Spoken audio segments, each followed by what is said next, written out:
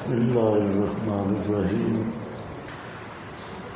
ان ہوا الا رجل، نہیں ہے یہ مگر ایسا آدمی افترا علی اللہ جس نے جھوٹ گڑ لیا اللہ پر، کذبا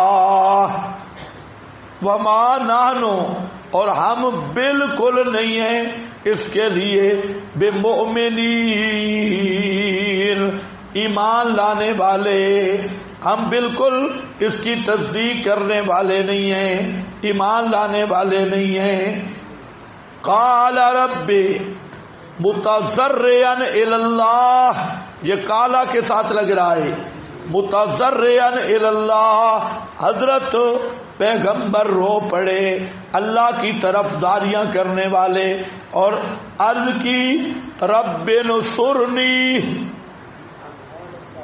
رب نصرنی، اے میرے پروردگار تو میری مدد کر، بما کذبون، بسبب اس کے کہ انہوں نے میری تکذیب کر دی، بے سبب تکذیبہم ایایا و اصرارہم علی، یہ تکذیب کرنے کی وجہ سے پھر اس پہ ڈٹ بھی گئے۔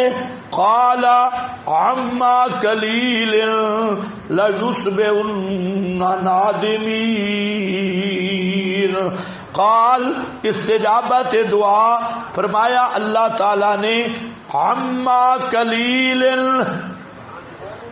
ان بے معنی بعد ہے اور ما زیادہ ہے، معنی کیسے کرو گے؟ ان بے معنی بعد اور ما زیادہ، اب ذرا معنی کرو اس کے مطابق، قال بعد قلیل،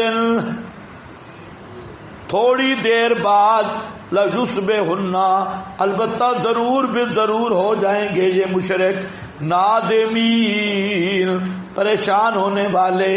فاخذتہم، ثمرہ مخالفت رسول، پیغمبر کی مخالفت کا ثمرہ کیا نکلا؟ فاخذتہم الصیحۃ، صیحہ کے دو معنی ہیں، ایک صیحہ چیخ اور زوردار آواز، اور دوسرا معنی ہے مضبوط پکڑ، مرادی معنی مضبوط پکڑ۔ الصیحۃ یہاں پر دونوں معنی کیے گئے، بعض نے کہا ہے کہ صیحہ یہ جبریل کا نعرہ تھا اور جبریل کے نعرے سے مر گئے، اور بعض نے کہا کہ صیحہ سے مراد پکڑے ہے اور اللہ تعالی کی طرف سے سخت گرفت ہے، اور بطور محاورہ کے فاخذتہم الصیحۃ، پس پکڑ لیا ان کو چنگھاڑ نے، ڈانٹ نے، بالحق کے ساتھ حق کے باقی، فجعلناہم غثاء، پس کر دیا ان کو ریزہ ریزہ، بالحق موافق وعدہ بر حق۔ فاخذتہم الصیحۃ بالحق کا کیا معنی کر رہا ہوں؟ پکڑا ان کو ڈانٹ نے یا آواز نے، بالحق موافق وعدہ بر حق، حق کے وعدہ کے موافق، فجعلناہم، پس کر دیا ہم نے ان کو غثاء، غثاء کس کو کہتے ہیں؟ جھاگ۔ جب سیلاب آئے تو سمندروں کے اوپر جھاگ ہوتا ہے، پانیوں کے اوپر جھاگ، اور اس جھاگ میں تنکے، پتے، ہر چیز، مردے جانور، ساری چیزیں وہاں جھاگ کے اندر ہوتی ہیں۔ اللہ فرماتے ہیں ہم نے ان کو کر دیا ریزہ ریزہ، بوئی جھاگیں جن میں خس و خاشاک کی طرح سارے بہا دیے گئے۔ فبعدا للقوم الظالمین، پس بڑی لعنت اور پھٹکار ہو، یا فبعدن کا معنی ہے لعنت اور پھٹکار، اور یہ مشرکوں کی تعزیت ہے۔ کئی آدمی پوچھتے ہیں جی مشرک کی تعزیت کیا کریں؟ اللہ بخشیش نہیں، اللہ رگڑیس، مشرک کی تعزیت ہے کہ اللہ ہاں مر گئے بے ایمان، اللہ رگڑا دے بس۔ فبعدن للقوم الظالمین، بہت بڑی پھٹکار ہے، بڑی لعنت ہے واسطے قوم مشرکوں کے، ایسی قوم جو ظالم یعنی مشرک ہے۔ ثم انشانا، سنت اللہ کا بیان، پھر پیدا کیا ہم نے ان کے بعد قرونا آخرین، جماعتیں دوسری۔ خیال کرنا پہلے آیا کرن، کدھر؟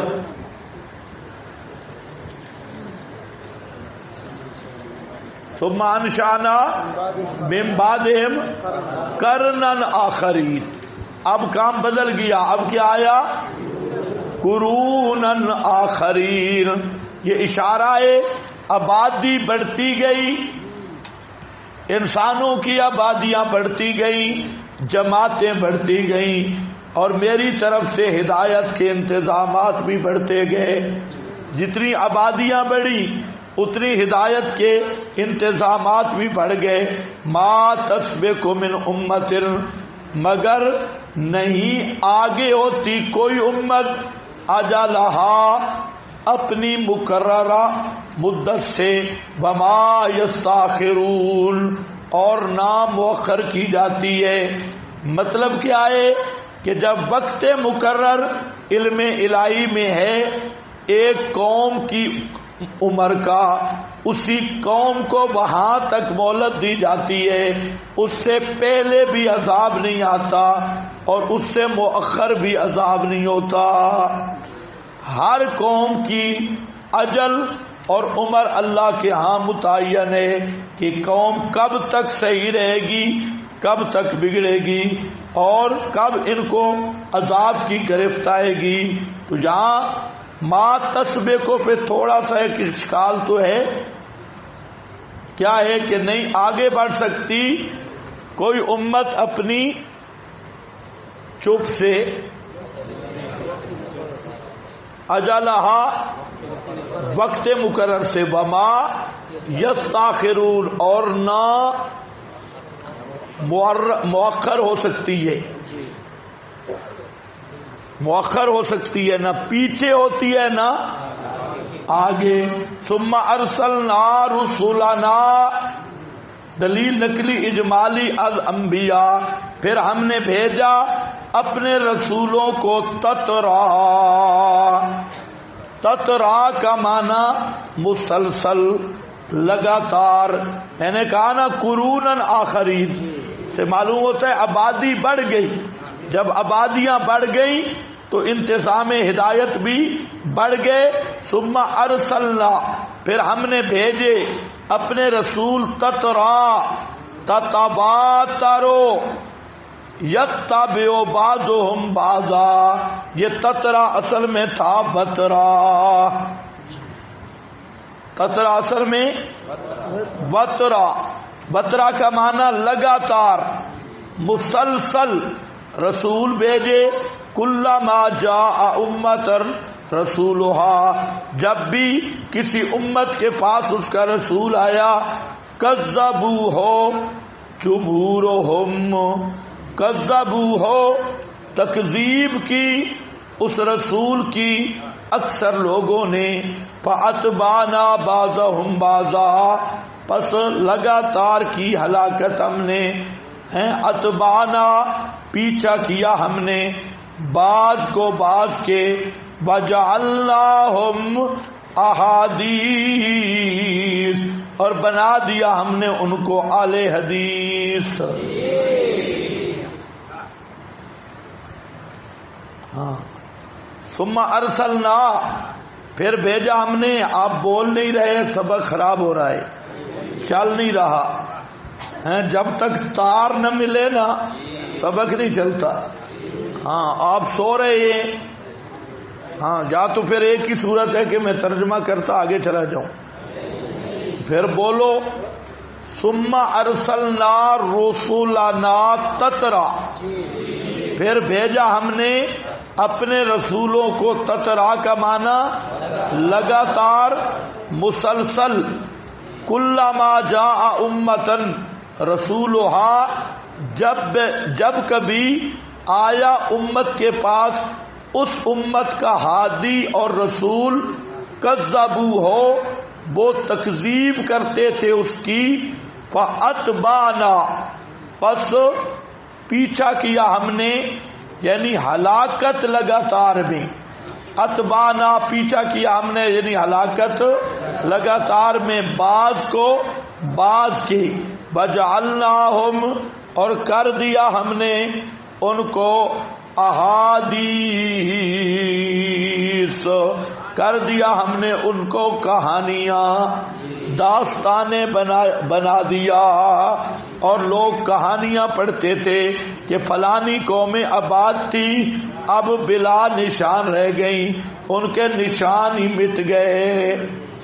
احادیث اس پر آپ کے پاس لکھا ہے کہ یہ جمع حدیث کی ہے، احادیث جمع، اور اس سے ہیں احادیث و رسول اللہ، اور معنی یہ ہے انہ سبحانہ بلغ فی اہلاکہم مبلغا ساروا معہ احادیثا، اللہ نے ایسے ان کو رگڑا دیا کہ ان کے نام و نشان ہی مٹ گئے، صرف ان کی باتیں رہ گئیں۔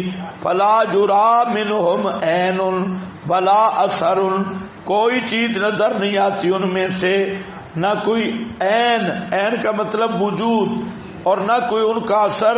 ولم یبق منہم الا الحدیث الذی یذکر، صرف ان کی وہ گپ رہ گئی جو ان کی بربادی کی ہے اور عبرت حاصل کی جاتی ہے۔ وَيُمْكِنُ أَيْضًا یہ بھی ہو سکتا ہے کہ یہ جمع ہو احدوثۃ کی، جیسے اضحو کا اور اعجوبہ ہے، فَهِيَ مَا يَتَحَدَّثُ بِهِ النَّاسُ۔